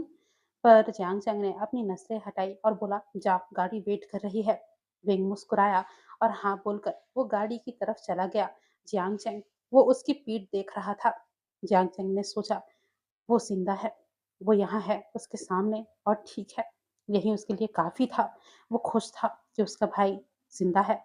अब हम यहाँ से निये ब्रदर्स के घर का सीन देखते हैं। निये में जो गाड़ी से उतरा, नेह सेंग उसके पीछे था। घर के दरवाजे पर उन दोनों की माँ खड़ी हुई थी। उनकी माँ ने उन दोनों को देखा। तभी नेह सेंग अपनी माँ की तरफ दौड़ा, मम्मा, और वो अपने माँ से लिपट गया। हाय सांग, कहाँ थे तुम मेरे बच्चे? फोन क्यों नहीं उठाया? मुझे मुझे कितनी टेंशन हो गई थी तुम दोनों की। मम्मा, फॉरेस्ट में सिग्नल नहीं था। माँ, माफ कर दो, लेकिन हम ठीक हैं। मैं और गगा बिल्कुल ठीक है। हमने भी आपको बहुत याद किया। अब उनकी माँ ने नेह सेंग को ऊपर से नीचे तक देखा। फिर उन्होंने अपनी नजरें दूसरी तरफ की, जहां निये मिंजू दरवाजे पर खड़े थे। उनकी माँ ने उनको देखा। एक माँ जो अपने बेटे को अच्छे से जानती है, उसके चेहरे पर हर एक्सप्रेशन वो पढ़ सकती है। उन्होंने नियम मिंजू का चेहरा देखकर ही जान लिया कि कुछ दिक्कत हुई है, और वो दिक्कत और कोई नहीं, रोज ये है। ये भी उनको पता चल गया। उनकी माँ की आंखें भर आई। मिंजू, माँ। मिंजू की आवाज, वो स्ट्रॉन्ग आवाज थी, लेकिन वो स्ट्रॉन्ग आवाज एक पल के लिए टूटी। सिर्फ एक पल के लिए। उनकी माँ उनके पास गई। उन्होंने निये मिंजू को गले से लगा लिया। निये मिंजू जो नेह सांग को हमेशा यही कहता था कि दगा कमजोर नहीं होता, आज वो अपनी माँ के गले लगकर रोया। रोज ये को याद करके रोया, अपनी नाकामी पे रोया, अपनी जिम्मेदारियों को ना उठा पाने के कारण रोया। बहुत कम, चुपचाप, ज्यादा आवाज नहीं निकली, लेकिन उनके आंसू लगातार गिर रहे थे। वही न्यू सैंग ये सब देख रहा था। उसने अपनी नजरें वहां से हटा ली। कुछ मोमेंट्स देखे नहीं जाते, बस महसूस किए जाते हैं। अब हम देखते हैं लैन ब्रदर्स के तरफ। उनका घर, लैन फैमिली का घर, वहां पर भी गाड़ी रुकी। लैन सिचैन और लैन वांगजी उतरे, उनके साथ विंग भी था। वो सभी घर के अंदर गए। लैन कुरैन अंकल वो बाहर आए थे उन्हें लेने के लिए। उन्होंने दोनों भाइयों को देखा, लैन सिचैन को नॉर्मली और लैन वांगजी को बैंडेड हाथ के साथ और पेल चेहरे के साथ। ये क्या हुआ? लैन किरैन ने पूछा। कैंप फायर में एक्सीडेंट, लैन सिचैन ने बहुत ही ज्यादा स्मूथली कहा।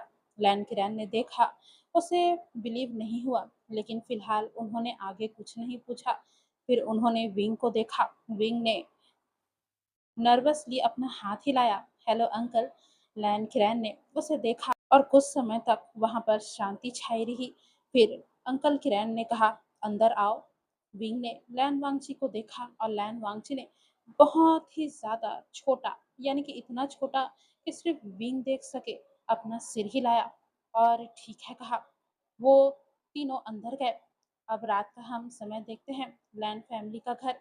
लैन किरैन ने रात को डिनर के बाद लैन सिचैन से बात की और लैन वांगची और विंग वांगची के ही कमरे में थे। विंग ने कमरे को देखा।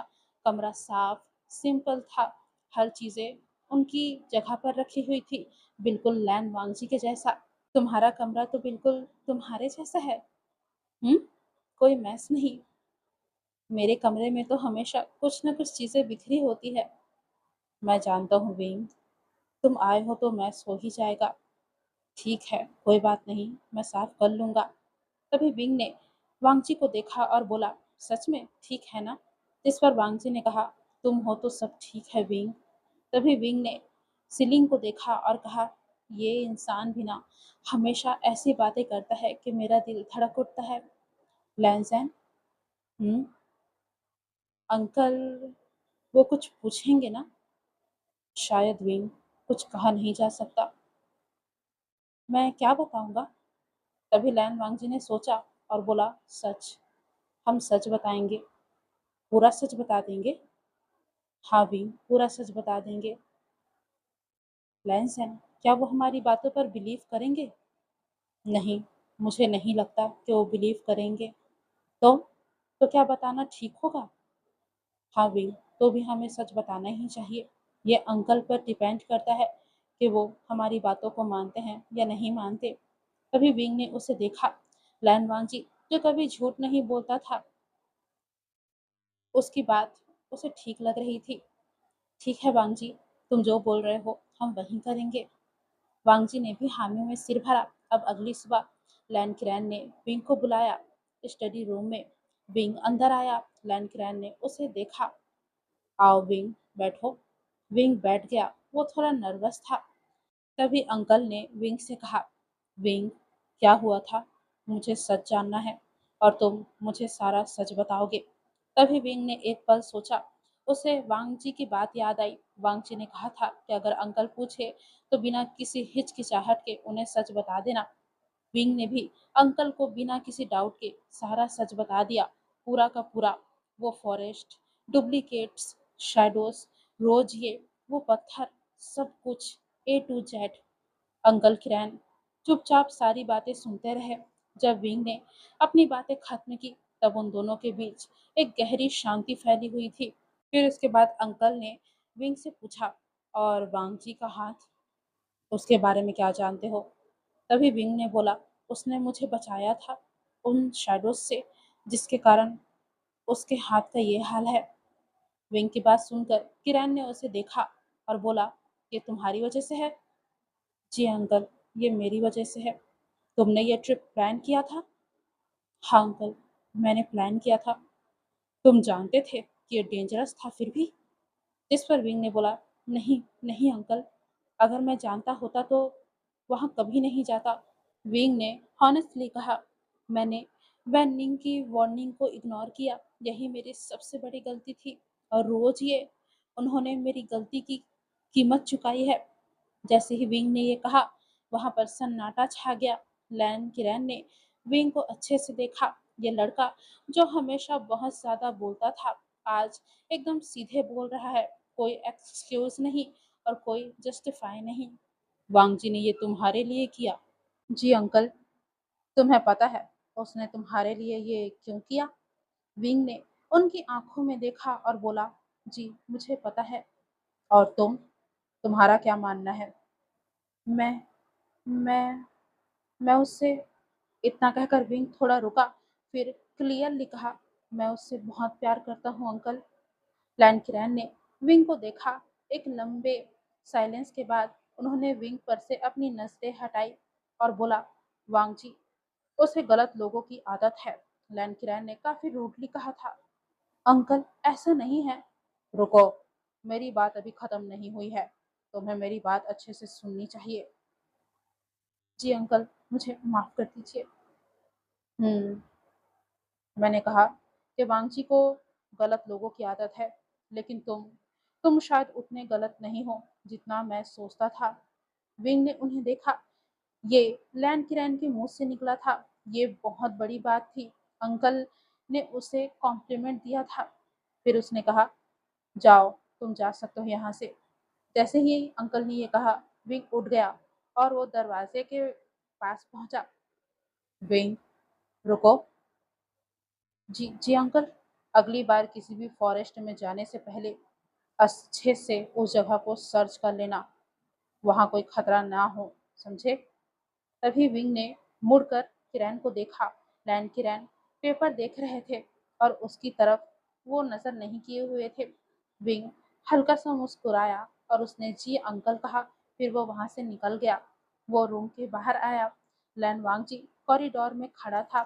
जैसे ही उसने विंग को देखा, वो तुरंत ही विंग के पास आया और पूछने लगा, विंग, क्या हुआ? सब ठीक तो था ना? विंग थोड़ा शांत था। फिर उसने वांग जी को देखते हुए कहा, मुझे यकीन नहीं आता कि अंकल ने ये कहा है वांग जी। मेरा तो दिल दुख रहा है। विंग की बात सुनकर वांग जी थोड़ा डर सा गया कि ना जाने अंकल ने क्या कह दिया। तभी वांग जी ने विंग का हाथ थामा और बोला, विंग, मुझे बताओ ना, क्या हुआ है? तभी विंग मुस्कुराता है और बोलता है, अरे डरने की कोई बात नहीं। तुम्हारे अंकल ने मुझे तुम्हारे बारे में कुछ बताया है। क्या ये सच है? जिस पर वांगजी ने बोला, क्या बताया है, बताओ।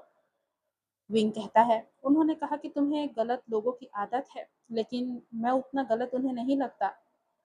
विंग की बात सुनकर वांगजी थोड़ा सोचता है और बोलता है, विंग, ये उनका तरीका है। जिस पर विंग ने बोला, मुझे पता है, लेकिन मुझे अच्छा लगा। वांगजी ने विंग को देखा। लैंडकिरैन अंकल ने विंग को एक्सेप्ट कर लिया था। विंग ने बोला, तुम्हारी फैमिली मुझे इम्पोर्टेंट समझती है ना? जिस पर लैन वांगजी की आंखें सॉफ्ट हुई और वांगजी ने कहा, बिल्कुल, तुम इम्पोर्टेंट हो विंग। विंग खुश हुआ और उसने वांगजी का हाथ थाम लिया और बोला, मैं बहुत खुश हूँ। आखिरकार तुम्हारे अंकल भी हमारे लिए मान गए और मैं भी अब तुम्हारे परिवार का एक सदस्य हूँ। तो चलो, इसी बात में नाश्ता हो जाए, मुझे भूख लगी है। जिस पर वांगजी ने मुंह में सिर हिलाया। उस दोपहर को विंग अकेला था लैन वांगजी के कमरे में। लैन वांगजी रेस्ट कर रहा था। तभी विंग ने फोन उठाया और एक नंबर डायल किया। रिंग गई, पहली, दूसरी, तीसरी, और किसी ने कॉल उठाया और दूसरे तरफ से एक आवाज सुनाई दी, हेलो। तभी विंग ने कहा, निये मिंजू का? दूसरी तरफ कुछ देर तक साइलेंस रही। फिर उन्होंने बोला, विंग? हाँ, मैं हूँ। विंग ने एक गहरी सांस ली। क्या बात है विंग, सब ठीक तो है ना? गा, वो मुझे कुछ कहना था। बोलो, मैं सुन रहा हूँ विंग। वांगची ठीक तो है ना? हाँ गागा, वांगची ठीक है। मैं मैं वो, आई एम सॉरी। मैं ये कहना चाहता था, रोज ये के लिए ये ट्रिप मेरा ही आइडिया था। और मैं, विंग, तुम्हें खुद को दोष देने की जरूरत नहीं है।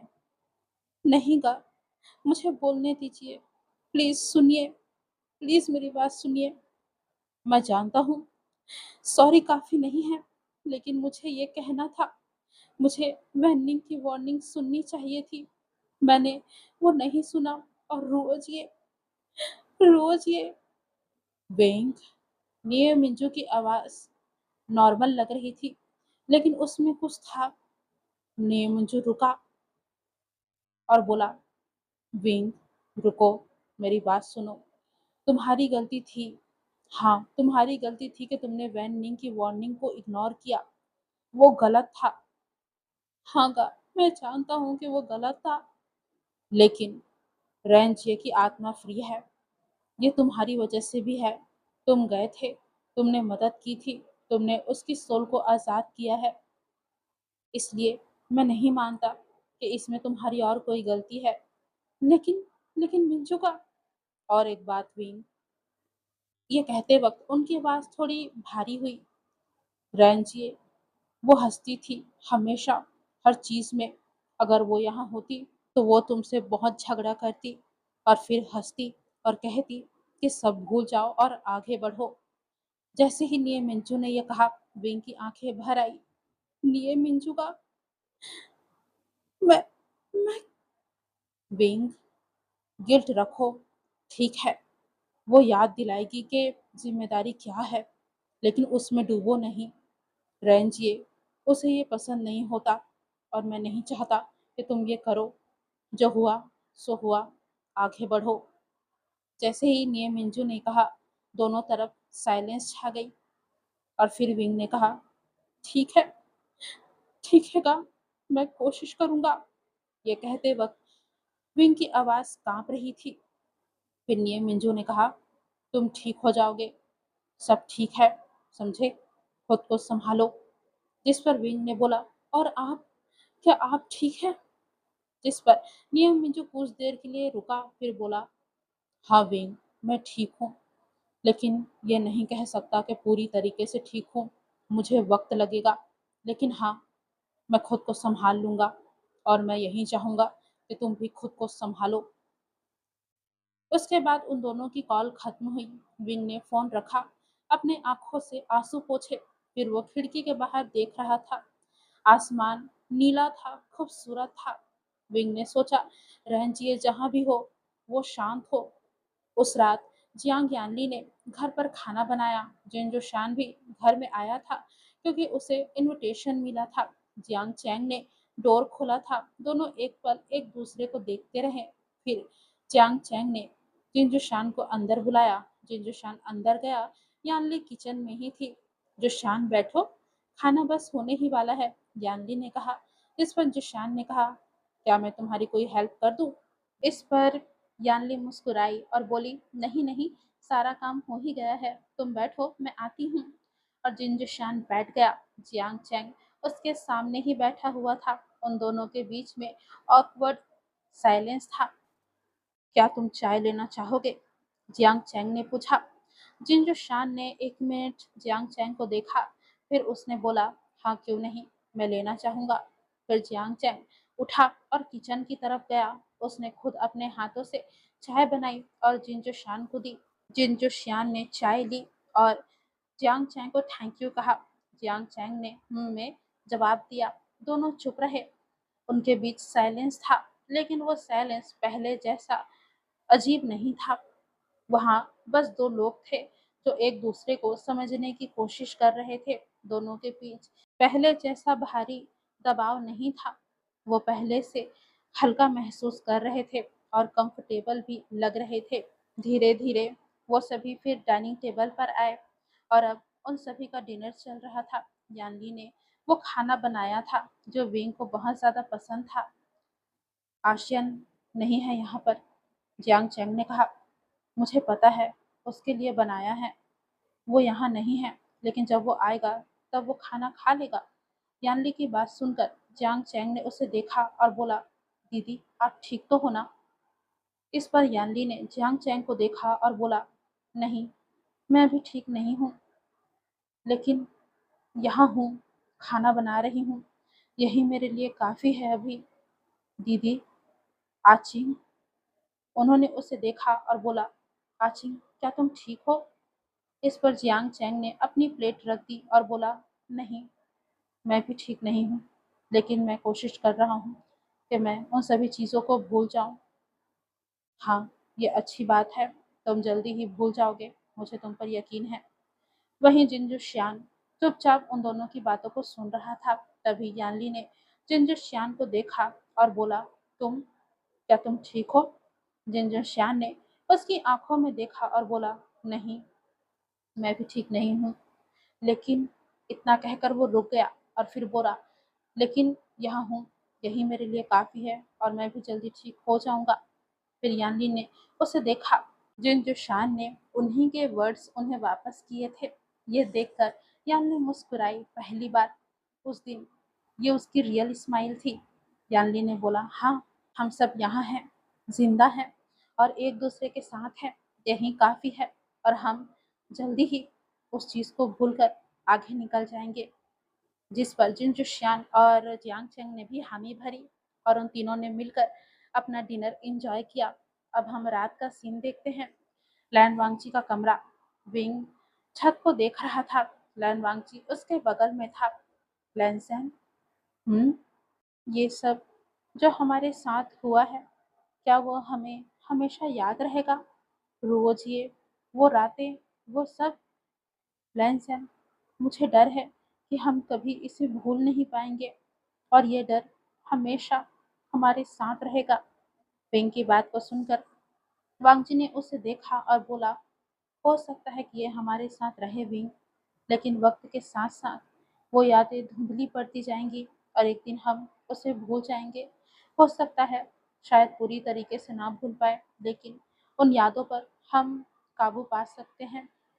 विंग ने वांगजी को देखा और बोला, तुम श्योर हो? जिस पर वांगजी ने बोला, नहीं, लेकिन ये होता है, वक्त के साथ साथ जख्म भरने लगते हैं विंग। विंग ने उसे देखा और बोला, लैंसन, तुम कभी कभी बेस्ट हो जाते हो। ये सुनकर वांगजी के कान लाल हो गए और उसने विंग की तरफ देखकर कहा, कभी कभी का क्या मतलब है? मैं तो तुम्हारे साथ रोज ही बिष्ट होता हूँ। इस पर विंग हंसा। वो हंसी जो थोड़ी थकी हुई थी लेकिन रियल थी। और विंग ने बोला, हाँ, सही बोला, तुम हमेशा से ही बिष्ट थे। लैन वांगजी ने उसे देखा। विंग, हम्म, हाँ वांगजी, तुमने कहा था ना कि रोज ये के बाद तुम गिल्ट तो रखोगे, लेकिन उस गिल्ट में डूबोगे नहीं। ये मिंजुगा ने ये कहा था, है ना? लेकिन तुमने ये माना? बोलो। ये सारी बातें लैन वांगची ने एक पल रुककर कहा था। तभी विंग ने जवाब दिया और बोला, हाँ, मैं मानने की कोशिश कर रहा हूँ और मुझे काफ़ी अच्छा लगा उनसे बात करके वांगची। कहीं ना कहीं मेरे अंदर जो गिल्ट था वो थोड़ा कम हुआ है और मैं कोशिश करूँगा कि मैं गिल्ट रखूँ लेकिन उसमें डूबूँ नहीं। इस पर वांगजी मुस्कुराया और बोला, विंग, तुम मैच्योर हो गए हो। विंग ने उसे देखा और बोला, लहसैन, तुमने मुझे मैच्योर बोला? हाँ विंग। इस पर विंग ने बोला, ओ माय गॉड, ये बहुत बड़ी बात है। हाँ, ऐसा क्या? चलो, सेलिब्रेट करना चाहिए हमें तो। तभी वांगजी ने बोला, कैसे सेलिब्रेट करोगे? विंग ने थोड़ा सोचा, फिर उसने लैन वांगजी के करीब आकर उसे कस कर गले लगा लिया और उसके गालों पर धीरे से किस किया। लैन वांगजी के कान लाल हो गए और विंग ने बोला, ये था हमारा सेलिब्रेशन, तुम्हें पसंद आया ना? जिस पर वांगजी ने बोला, मुझे बहुत पसंद आया। और विंग हंसा। वांगजी ने बोला, चलो सो जा। तभी विंग ने बोला, ठीक है, सोता हूँ। और उसने अपनी आंखें बंद कर ली। लैन वांगजी उसे देख रहा था। वो हंसी, वो फेस और उसका विंग जिंदा था, यही था, उसके साथ था, यही उसका सब कुछ था। उसने भी अपनी आंखें बंद कर ली और बाहर शहर की रातें, लाइट्स, ट्रैफिक्स और पीपल, जिंदगी चलती रहती है अपने हिसाब से। वो कभी किसी के लिए नहीं रुकती, बल्कि हर किसी को कुछ न कुछ सिखाकर चली जाती है। वहीं दूसरी तरफ निये मिंजू अपने कमरे में खिड़की के पास खड़े हुए थे। रैंजिए की एक पुरानी फोटो उनके हाथों में थी। नेहसेंग उनके कमरे के बाहर फ्लोर पर बैठा था, दरवाजे से टिककर। अंदर जाने की जरूरत नहीं थी उसे, बस वो उनके पास रहना चाहता था। इतने पास कि जब ऐसा लगे कि उन्हें उसकी ज़रूरत है तो वो तुरंत ही अपने भाई के पास जा सके। वहीं लैंस सिचैन अपने रूम में थे, फ़ोन उनके हाथ में था। मैंग याओ का मैसेज उन्हें आया था, सो गए? तभी उन्होंने रिप्लाई किया, नहीं मैं जग रहा हूँ, और तुम? जिस पर मैंग याओ ने बोला, मैं भी नहीं सो पा रहा हूँ, कल बात करें? जिस पर सिचैन ने हाँ बोल दिया और मैंग याओ ने अपना फ़ोन रख दिया और वो छत को देख रहा था। लैंस सिचैन जो उसे पूरा जानना चाहता था, पहली बार किसी ने ऐसा कहा था जो मैंग याओ के दिल में काफ़ी ज़्यादा सुकून पहुँचा रहा था। उन्हें सिचैन काफ़ी पहले से पसंद थे और अब ऐसा लग रहा था कि वाक़ई में सिचैन उसके लिए एक अच्छे हमसफ़र साबित होंगे। वहीं जियांग चैंग किचन में था। रात को एक कप टी लेने के लिए आया था। यान ली सो गई थी। जिंजू शान चला गया था। वो अकेला था। उसने टी का एक घूंट लिया। विंग जिंदा था। दीदी ठीक थी। वो यहाँ था। ये उसके लिए काफी था। ये बहुत कुछ था जो उसे मिल गया था। तो गाइस, आज के लिए हम अपनी इस स्टोरी को यहीं खत्म करते हैं। जानती हूँ थोड़ी बोरिंग हो सकती है, लेकिन गाइस, ज़िंदगी में बड़े-बड़े हादसे जब कुछ नॉर्मल इंसानों के साथ होते हैं, तो वो इंसान काफ़ी समय तक उन हादसों को भूल नहीं पाते और उसी के डर में ज़िंदा रहते हैं। वही चीज़ें मैं इसमें दिखा रही हूँ कि एक नॉर्मल पीपल जो हँसी-खुशी एक ट्रिप पर गए थे, उनके साथ कितना बुरा हुआ। यहाँ तक कि एक इंसान की जान भी चली गई। हालाँकि इसमें किसी की भी गलती नहीं थी, लेकिन हर कोई खुद को दोषी समझता है और इस चीज़ से निकल पाना वाक़ई में बहुत मुश्किल होता है। और वही चीज़ इस स्टोरी में दिखाई गई है। आई होप आप लोग समझेंगे। मैंने इसमें फीलिंग्स दिखाया है। जब कोई बड़ी चीज़ हमारे साथ घट जाती है, उससे इंसान कैसे जूझता है, ये भी दिखाया है। और अगर हमारे लाइफ में एक सच्चा पार्टनर होता है, तो वो हमें किस तरीके से सपोर्ट करता है, कैसे सँभालता है, ये भी मैंने इसमें दिखाया है। उम्मीद है आप इस स्टोरी से कुछ सीख लेंगे और अगर कहीं आप जा रहे हैं, तो उसके बारे में अच्छे से सर्च करेंगे। किसी भी अनजान लोगों पर यकीन नहीं करेंगे। और गाइस, मैं यही कहूँगी कि सेफ रहें और दूसरों को भी सेफ रखें। लेकिन ऐसे लोग जिन पे आपको डाउट होता है, मेरी यही राय है कि आप उनसे दूर रहें और सेफ रहें। तो गाइस, आगे के भी पार्ट्स थोड़े इमोशनल हो सकते हैं, क्योंकि इतनी जल्दी तो कोई किसी चीज़ को भूल नहीं सकता। तो हम आगे जानेंगे कि आखिर इन सब की ज़िंदगी कैसे चलेगी। क्या फिर से इन लोगों का उस फॉरेस्ट से पाला पड़ेगा या फिर इनकी ज़िंदगी नॉर्मल हो जाएगी? क्या ये सभी अपनी ज़िंदगी में हुए इतने बड़े हादसे को भूल पाएँगे? क्या वो रुओजियो को भूल पाएँगे? या फिर उनकी ज़िंदगी में इससे भी बड़ा हादसा उनका इंतज़ार कर रहा है? उम्मीद है आप सभी अगले पार्ट का इंतज़ार करेंगे और मैं भी आप सभी के लिए अगला पार्ट तैयार करने को जा रही हूँ। आप सभी इस चैनल पे अगर इस स्टोरी को सुन रहे हैं, तो ज़रूर से चैनल को लाइक और सब्सक्राइब कीजिएगा और अपने कमेंट्स करके मुझे ज़रूर बताइएगा कि आप सभी को ये स्टोरी कैसी लगी और आपको इस स्टोरी से क्या सीखने को मिला, क्योंकि इसमें सीखने वाली काफ़ी सारी बातें हैं। उम्मीद है आप सभी को इससे कुछ सीखने को मिलेगा और आप इसे अपनी ज़िंदगी में ज़रूर लेंगे और इससे अच्छा काम करेंगे और कोई भी गलत कदम नहीं उठाएंगे। तो दोस्तों, मिलते हैं हम अपनी अगली स्टोरी में। आप सभी बने रहिएगा और सपोर्ट ज़रूर कीजिएगा। बाय गाइस, सभी अपना ध्यान रखें। मिलेंगे हम कर्स्ड फॉरेस्ट के अगले पार्ट में।